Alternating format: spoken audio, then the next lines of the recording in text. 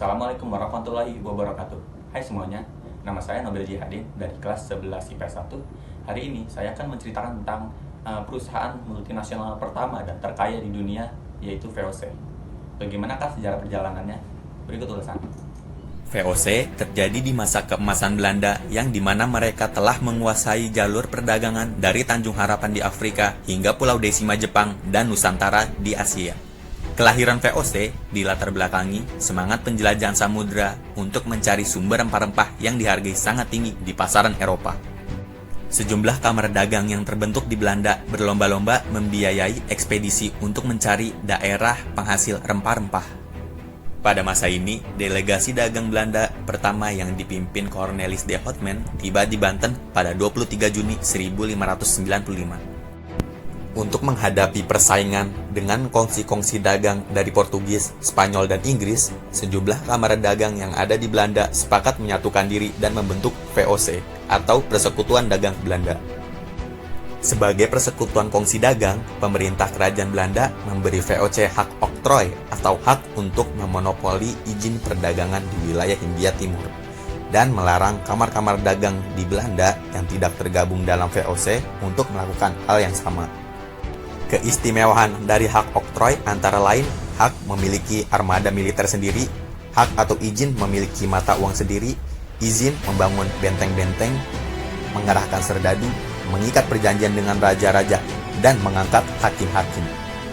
Karena kekuasaan yang mirip negara itu, VOC kerap disebut sebagai negara di dalam negara. Upaya VOC menancapkan kekuasaan dagang di Nusantara baru mendapat jalan setelah Jan Pieterszoon Koen berhasil merebut kota Jayakarta pada tahun 1619, atau setahun setelah ia menjabat sebagai Gubernur Jenderal VOC, dan membangun kota baru bernama Batavia yang lebih dari 200 tahun kemudian menjadi pusat kekuasaan VOC di luar Belanda. Meski sejatinya merupakan kongsi dagang, bagi masyarakat Nusantara, VOC seperti sebuah negara yang memiliki pemerintahan dan sangat berkuasa. Dengan soliditas organisasi, kekuatan uang, dan angkatan perang yang berisi tentara-tentara bayaran, VOC berhasil mencaplok satu persatu wilayah di Nusantara hingga menjadi kekuasaannya. 2 tahun setelah mendirikan kota Batavia pada tahun 1621, VOC menyerbu kepulauan Banda di Maluku dan menguasai kepulauan penghasil buah pala ini. Pada tahun 1628 dan 1629, ketika benteng Batavia belum sepenuhnya dibangun, kerajaan Mataram yang kala itu dipimpin Sultan Agung sempat 2 kali menyerang Kastil Batavia. Namun, upaya mengusir VOC dari Pulau Jawa gagal.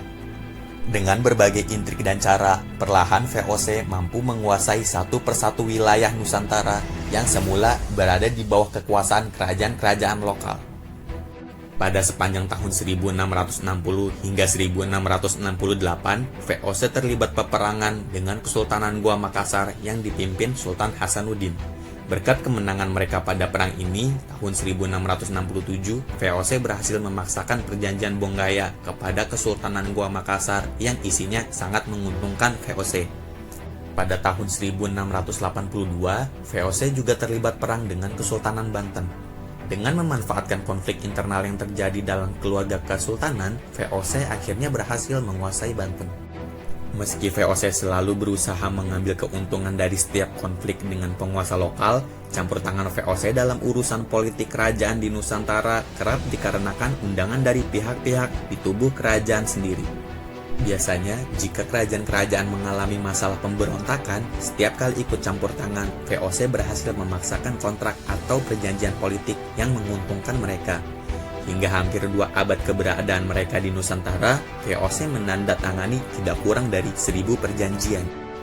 Dengan luasnya daerah taklukan dan akses monopoli perdagangan, VOC berkembang menjadi perusahaan multinasional pertama dan terbesar sepanjang sejarah. Pada tahun 1669, VOC menjadi perusahaan terkaya dalam sejarah dengan kepemilikan lebih dari 150 perahu dagang, 40 kapal perang, 50.000 pekerja, 10.000 tentara bayaran, dan pembayaran dividen hingga 40%. Setelah beroperasi selama hampir 2 abad, pada tahun 1799 VOC dibubarkan oleh pemerintahan Belanda.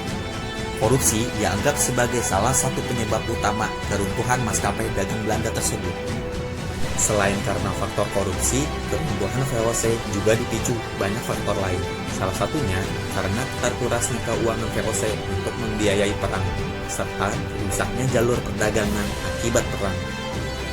Karena berbagai permasalahan finansial yang dihadapinya, pada 31 Desember 1799, VOC resmi dinyatakan bangkrut dan dibubarkan. Seluruh hutang dan aset-aset VOC diambil alih oleh pemerintahan Belanda. Pemerintahan Belanda selanjutnya menjadikan semua wilayah yang dikuasai VOC di kawasan Nusantara sebagai wilayah koloni Belanda yang disebut Hindia Belanda.